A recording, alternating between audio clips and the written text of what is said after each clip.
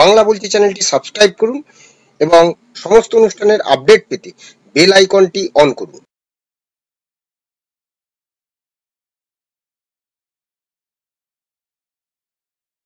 নমস্কার, বাংলা বলছি চ্যানেলে আপনাদের স্বাগত।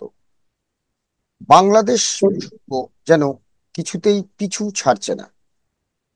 100 দিন হয়ে গেছে অতিক্রান্ত। মোহাম্মদ ইউনিস অন্তর্বর্তী সরকারে তিনি বসেছেন। অন্তর্বর্তী সরকারে বসার পরে যেটা ভাবা হয়েছিল, হয়তো মোহাম্মদ ইউনিস তিনি একটা সুষ্ঠুভাবে বাংলাদেশকে একটা পথ দেখাবেন, কিন্তু যেটা দেখা গেল গত 3 মাসে সেই সুষ্ঠুভাবে পথ কিন্তু তিনি দেখালেন না। পুরো জিনিসটা কোথাও যেন আন্তর্জাতিক সম্পর্কের ক্ষেত্রে পুরোটাই একটা ঘেটে ঘ টাইপের হয়ে আছে। বিশেষ করে ভারতের সঙ্গে সম্পর্ক তো তলানিতে। সংখ্যালঘুদের উপরে আক্রমণে তিনি কোনো ব্যবস্থা নেননি। প্রশাসনে তার কোনো হস্তক্ষেপ নেই। তাকে কেউ তার কথা মান্যতা দেয় বলে তো মনেই হয় না। তিনি আবার আল জাজিরা টিভিকে একটি সাক্ষাৎকার দিয়েছেন। সেখানে তিনি বলেছেন তিনি সংবিধান সংশোধন করতে চান। তিনি 4 বছর আহ এই বাংলাদেশে থেকে, মানে বাংলাদেশের এই অন্তর্বর্তী সরকার রেখে তিনি নাকি বাংলাদেশকে তিনি সংস্কার করবেন। কি সংস্কার করবেন জানা নেই। 3 মাসে সেখানকার সাধারণ মানুষ যা পরিস্থিতি, যা অবস্থা, একদিকে তো ভারত এবং অন্যান্য দেশের সঙ্গে সম্পর্ক তলানিতে, ভিসা বন্ধ, ভারতে আসার ভিসা প্রায় বন্ধ। একমাত্র যারা ট্রিটমেন্ট করতে আসছেন তারাই ভিসা পাচ্ছেন। প্রচুর অভিযোগ, আমাদের যারা বন্ধু বান্ধব আত্মীয় স্বজন যারা রয়েছেন তারা বলছেন যে টুরিস্ট ভিসা দেওয়া প্রায় বন্ধ। এই অবস্থায় যেটা মৌলবাদীদের প্রতি তার যে সহানুভূতি, সেটা নিয়েও কিন্তু একটা প্রশ্ন উঠেছে। সম্প্রতি যেটা দেখলাম যে বাংলাদেশে আহ যে মুক্তিযুদ্ধের ইতিহাস ভুলিয়ে দেওয়ার একটা প্রয়াস যেন নিয়েছেন, কাঁধে নিয়েছেন মোহাম্মদ ইউনিস। তিনি যেটা, মানে 1900 বাংলাদেশের যে মুক্তিযুদ্ধ, ইন্দিরার অবদান, সেই সঙ্গে বাংলাদেশের আহ ভারত বিদ্বেষ ও শেখ মুজিবুর রহমানের প্রতি আজকের বাংলাদেশের মনোভাবের যে প্রসঙ্গটা কোথাও যেন মনে করিয়ে দিচ্ছে। তো আজকে আমরা এই বিষয়টা নিয়ে আলোচনা করব যে আহ, আহ, তাহলে কি এই যে ইন্দিরা গান্ধী বা সঙ্গে শেখ মুজিবুর রহমান, বাংলাদেশ, এই যে পুরো মুক্তিযুদ্ধের একটা ইতিহাস, এটা কি ভুলে যাবে মানুষ? ইন্দিরার অবদান সত্যি কি ভুলে যাবে? আজকে আমরা এই বিষয়টা নিয়ে আলোচনা করব। আমি বিপ্লব, আমার সঙ্গে রয়েছেন আন্তর্জাতিক সম্পর্ক বিশেষজ্ঞ অধ্যাপক ডক্টর রাজাগোপাল ধর চক্রবর্তী। রাজাদা, আপনাকে স্বাগত জানাচ্ছি। রাজাদা, বর্তমান পরিস্থিতিতে বাংলাদেশের যা অবস্থা, এই অবস্থাতে আহ একটা ইতিহাস ভুলিয়ে দেওয়ার চেষ্টা, বা চেষ্টা বলবো না, মানে দায়িত্ব বোধহয় নিয়েছেন মোহাম্মদ ইউনূসের অন্তর্বর্তী সরকার। তিনি এখন চাইছেন, যেটা বলা হয়েছিল 3 মাস পরে নির্বাচন করবেন, তিনি এখন নাকি চাইছেন যে 4 বছর থেকে তিনি বাংলাদেশকে সংস্কার করবেন। কি সংস্কার করবেন আমরা জানি না। এই জায়গাটা থেকে ইন্দিরা গান্ধী, মুজিবুর রহমান এর যে একটা মনোভাব, মানে ভারত বাংলাদেশের যে একটা আত্মিক সম্পর্ক, সে আত্মিক সম্পর্ক কোথায় যাচ্ছে, কি বলবেন? হ্যাঁ, দেখুন, প্রথমে একটা কথা বলি যে যেটা আপনি বললেন, আল জাজিরা টিভি থেকে উনি যেটা বলেছেন, নির্বাচন সংস্কার করে নির্বাচন করতে গেলে 4 বছর লাগবে। কিন্তু বাংলাদেশের যে সংবিধান আছে 123-এর দ্বারা, সেখানে নির্বাচন কখন নির্বাচন করতে হবে বলা আছে। এবং প্রেসিডেন্ট না থাকলে 60 থেকে 90 দিনের মধ্যে করতে হবে। এবং পার্লামেন্ট যদি ভেঙে দেওয়া হয় তাহলে 90 দিনের মধ্যে করতে হবে। এটা সংবিধান বলা আছে, কেউ সংশোধন সেটা করেনি। এখন 100 দিন হয়ে গেল, 100 দিনের সেলিব্রেশন করলেন, জাতির উদ্দেশ্যে টেলিভিশনে ভাষণ দিলেন মোহাম্মদ ইউনূস। তো সংবিধান তো উনি কিছুই মানছেন না, সংবিধান তো। এবং সংবিধানও ইন্টারিম যে সংশোধিত হয়েছে বারে বারে, লেটেস্ট সংবিধান সংশোধন অনুযায়ী ওনার ইন্টারিম গভর্নমেন্টের কোনো জায়গা নেই। তো যাই হোক, বাংলাদেশের সংবিধান বা আইন কানুন এগুলো সঙ্গে বাংলাদেশ দেশটি সমর্থক নয় এই মুহূর্তে, এটাই বোঝা যাচ্ছে। সুতরাং সেই জায়গায় তারাই ঠিক করবেন তারা কিভাবে কি করবেন না করবেন। আইনের কথা বললে প্রশ্ন আসবেই, এবং এটা আন্তর্জাতিক মহলে এটা বৃথা। এখন যদি ইতিহাসের প্রশ্ন, যেটা আপনি গোড়া থেকে টানতে চাইছেন, বাংলাদেশ যেভাবে সৃষ্টি হলো, সবাই জানে ব্যাপারটা হচ্ছে যে তখন বাংলাদেশে যে একটা আন্দোলন তৈরি হয়েছিল, আমরা বলি বাংলাদেশ সৃষ্টি হয়েছিল যে ভাষাগত জাতীয়তা, মানে ল্যাঙ্গুয়েজ ন্যাশনালিজম। পৃথিবীতে এর আগে, বাংলাদেশের আগে আমরা শুনিনি যে ভাষা একটা জাতীয়তার মধ্যে কারণ হতে পারে। ধর্ম হয়, তার আঞ্চলিক নানান কারণে জাতীয়তাবোধ তৈরি ওঠে, প্রাদেশিকতা গড়ে ওঠে, কিন্তু ভাষাগত জাতীয়তাবোধ খুব একটা শোনা যায় না। শেখ মুজিবুর রহমান কিন্তু সেটাই করলেন, যে উনি বাংলা ভাষার যে গুরুত্ব সেটাকেই উনি টেনে আনলেন। উনিও তো ছিলেন মানে যারা কট্টরপন্থী তাদের সঙ্গেও উনি ছিলেন, কিন্তু যখন দেখলেন উর্দু ভাষাটাকে তারা চাপিয়ে দিচ্ছে, তখন উনি তাদের সঙ্গে ওনার মানে এক সংঘাত বাঁধে। তখনই তিনি মনে করেন যে বাংলা ভাষাকে এরা গুরুত্ব দেবে না, তাই এদের সঙ্গে না থেকে নতুন আওয়ামী মানে স্বাধীনতার দল করা উচিত, সেটা উনি করলেন। অন্য ওনার সামনে অনেক সাথী ছিলেন। যাই হোক, সে অত বিতর্ক আমার যাবার প্রয়োজন নেই। এখন প্রশ্ন হচ্ছে যে খেয়াল রাখতে হবে যে বাংলাদেশের যে 21শে ফেব্রুয়ারি মানে ভাষা আন্দোলন, ভাষার জন্য মানুষ প্রাণ দিয়েছিল, এবং 21শে ফেব্রুয়ারি আজকে সারা বিশ্বে রাষ্ট্রসংঘ কিন্তু সেটাকে আন্তর্জাতিক মাতৃভাষা দিবস বলা হয়। সুতরাং এটা গুরুত্ব পেয়েছে যে মুজিবুর রহমান, সেটা রহমানের যে গুরুত্ব সেটা আন্তর্জাতিক স্বীকৃতি পেয়েছে, সে দেশ তৈরি হয়েছে। বাংলা ভাষা বললে রবীন্দ্রনাথ ছাড়া বিশেষ কিছু, রবীন্দ্রনাথকে বাদ দিয়ে বিশেষ বাংলা ভাষার গুরুত্ব থাকে না। উনি কলকাতায় এসে যে বক্তৃতা করেছিলেন, আমি গিয়েছিলাম সেখানে খুব ছোট বয়সে, আমি মুগ্ধ হয়ে গেছিলাম ওনার যে খুব রবীন্দ্রনাথের প্রতি ওনার আগ্রহ, ওনার অনুরাগ, যেভাবে রবীন্দ্রনাথকে উনি মানে উদ্ধৃত করে বলছিলেন। সারা মানে ব্রিগেড প্যারেড গ্রাউন্ডের বিশাল মানুষ বারবার হাততালি দিয়ে উঠছিলেন, তাদের হৃদয় নাড়িয়ে দিচ্ছিলেন ওনার রবীন্দ্রনাথ প্রীতি, বাংলা ভাষার প্রীতি। এখন রবীন্দ্রনাথ তাদের মানে একটা ইন্সপিরেশন, এবং সেই ইন্সপিরেশন তারা যে একটা আন্দোলনকে দেশটাকে একটা নতুন পথে স্বাধীনতার দিকে নিয়ে যেতে চাইছে, তারা নিজেরা সংঘবদ্ধ হয়েছিলেন, মুক্তিযুদ্ধের আন্দোলন তৈরি হয়েছিল। তখন আমাদের দেশের প্রধানমন্ত্রী ছিলেন ইন্দিরা গান্ধী। অত্যন্ত অসম সাহসিকতা এ সময়। আমি বলবো ওই সময় যদি অন্য কেউ প্রধানমন্ত্রী থাকতো, তারপরে যারা হয়েছেন বা তার আগে যারা হয়েছেন, তারা হয়তো কি হচ্ছে না হচ্ছে মানে খুব একটা গুরুত্ব দিতেন না। বাংলাদেশের মুক্তি আন্দোলন কেউ যদি মনে করে ভারতবর্ষের সহায়তা ছাড়া হয়েছে, তারা আসল বাস্তবটা জানেন। তো সেই সময় আমাদের যিনি প্রধানমন্ত্রী, তার যে অসম সাহসিকতা, তিনি বুঝেছিলেন যে ভারত যদি এই সময় তাহলে এই যদি মানে মুক্তিযোদ্ধাদের সামনে আসে, তাহলে কিন্তু একটা স্বাধীনতার নতুন যে মতবাদ তৈরি হচ্ছে তাকে সমর্থন করা, যেভাবে হিউম্যান রাইটস ভায়োলেশন হয়েছে পাকিস্তান আর্মি দ্বারা বাংলাদেশে, সেটাকে নিন্দা করা। একই সঙ্গে পাকিস্তান যেভাবে ভারতকে হেকেল করছে, তাকেও একটা যথাযোগ্য শাস্তি দেবো, এটা উনি বুঝেছিলেন।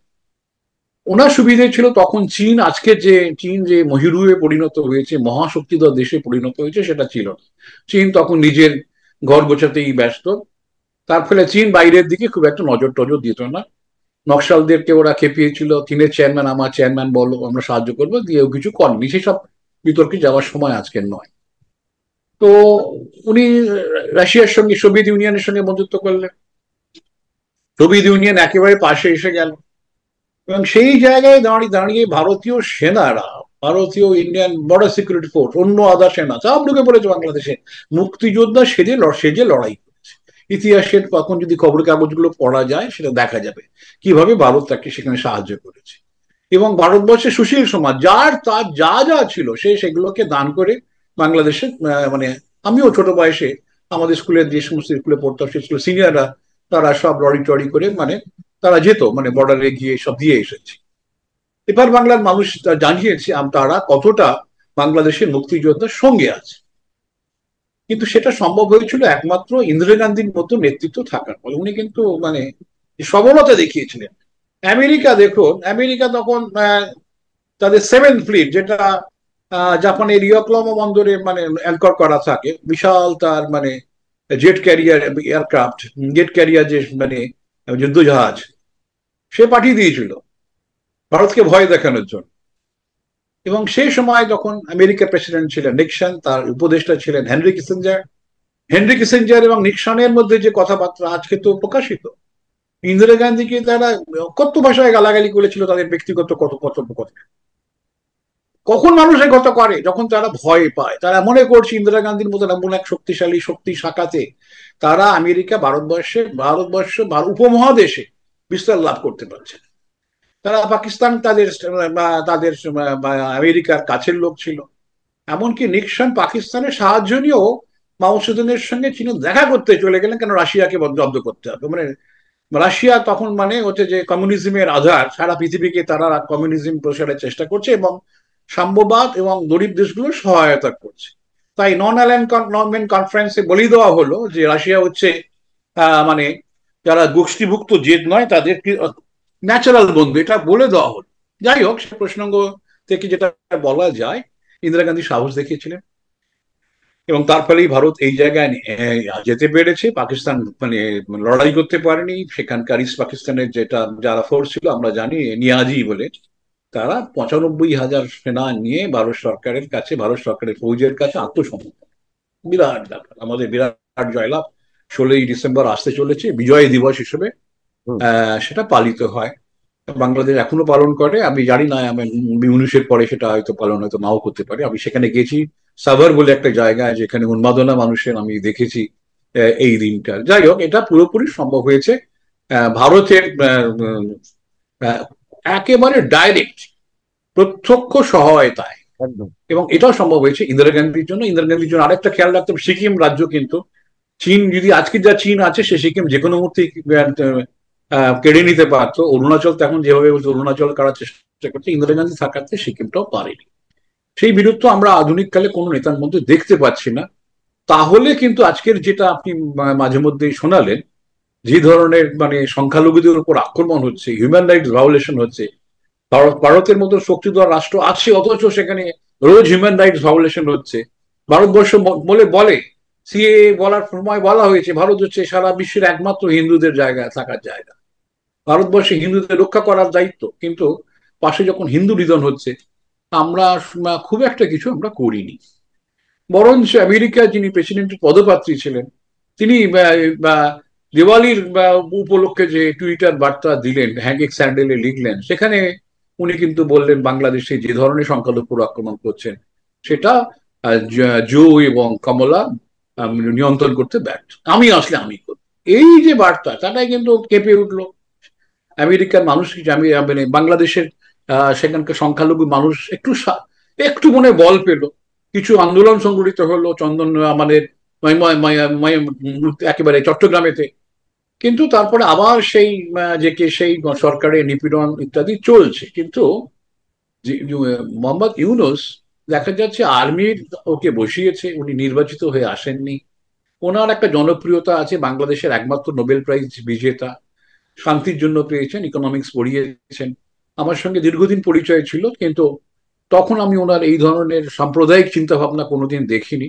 উনি প্রথমে একজন আমেরিকানকে বিয়ে করেছিলেন, পরবর্তীকালে তাকে ছেড়ে দিয়ে আবার লোকাল একজনকে বিয়ে করেছিলেন। তার একটি মেয়ে মনিকা, সে খুব ভালো আপনার পপ মিউজিক, সে গান টান করে। যাই হোক, সে প্রসঙ্গ তো এখন নয়।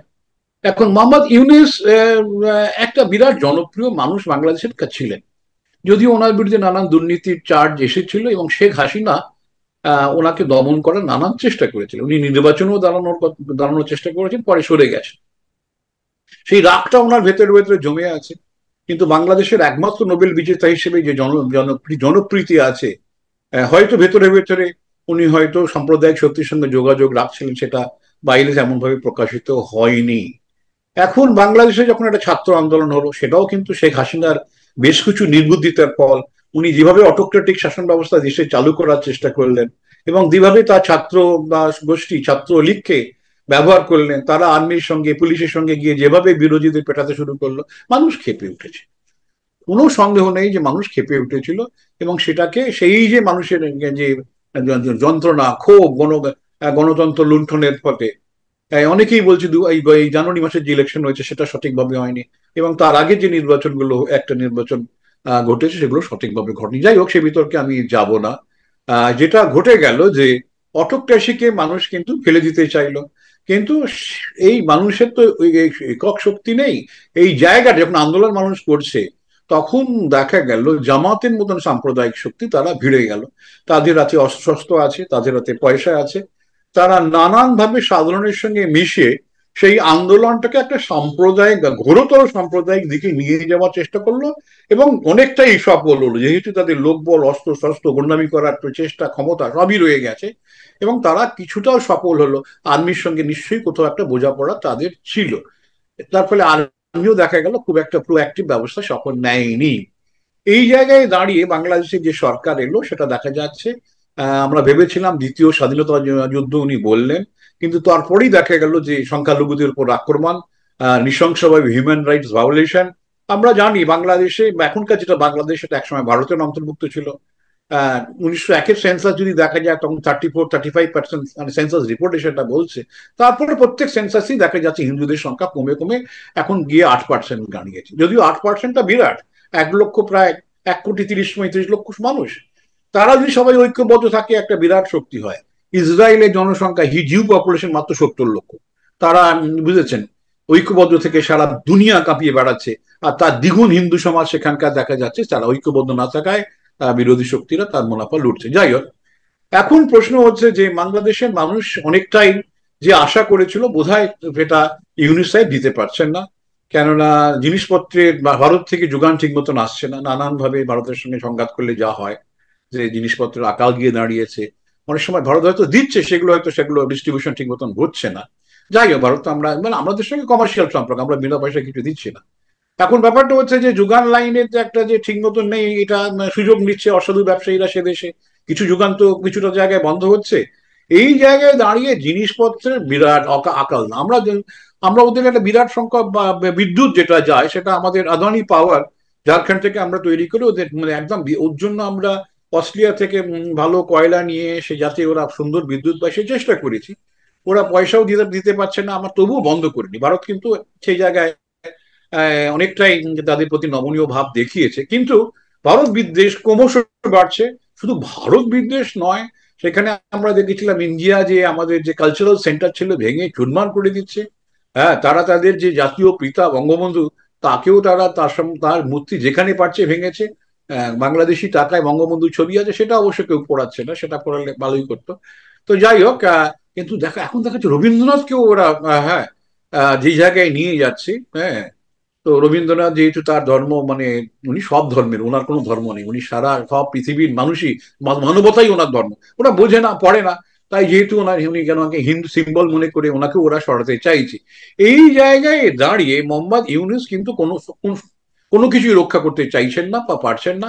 আর্মি যেভাবে বলছে সেই দিকেই উনি চলছেন, এবং ওনার লক্ষ্য হচ্ছে সংবিধান ভেঙে চুরমার হয়ে গেছে।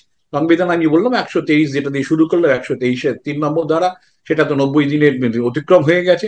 উনি কোনোভাবেই আমার ধারণা নির্বাচন করবেন না, কেননা এইভাবে বসে থাকবেন তবে হ্যাঁ, ওনার এই কাজকর্মতে যদি আর্মি কোথাও যদি অসন্তুষ্ট হয় তাহলেই বিপদ আছে। আমার মনে হয় অত্যন্ত ধুরন্ধর মানুষ। হ্যাঁ, উনি আর্মিকে চটাবেন না, একদম পরিষ্কার বাংলা ভাষায় বলতে গেলে উনি আর্মির সঙ্গে একদম একটা লিয়াজও করতে যাচ্ছেন।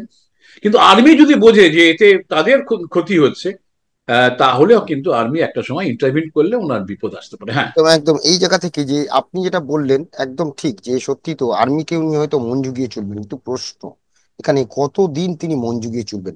এই আর্মিরাও তো যে টাকায় সাধারণ মানুষ চাল ডাল নিত্য প্রয়োজনীয় জিনিস কিনছেন, এই আর্মিদের পরিবারকেও কিনতে হচ্ছে, তাদের আত্মীয় স্বজনদেরও কিনতে হচ্ছে।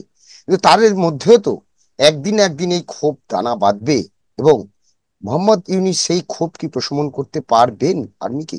প্রশ্ন এখন সেটাই। ইন্দিরা এবং এই যে বঙ্গবন্ধু শেখ মুজিবুর রহমানের যে ভারত বাংলাদেশের যে একটা আত্মিক সম্পর্ক, সেটা ভুলিয়ে দেওয়ার যে প্রচেষ্টা মোহাম্মদ ইউনূস নিয়েছেন, এখন সেটা বোঝাই যাচ্ছে এই প্রচেষ্টা আমার মনে হয় না যে আদৌ আগামী দিনে, হয়তো সাময়িক হলেও আগামী দিনে সেটাকে তিনি কন্টিনিউ করতে পারবেন। অর্থাৎ বাংলাদেশের মানুষ কিন্তু এটা মেনে নেবেন না বলেই আমাদের আশা। ধন্যবাদ রাজেদা, ধন্যবাদ আপনাদের। আমাদের এই আলোচনা নিয়ে আপনাদের মতামত কমেন্টস বক্সে জানাবেন। ভালো লাগলে অবশ্যই লাইক দেবেন। সবাই ভালো থাকবেন। নমস্কার।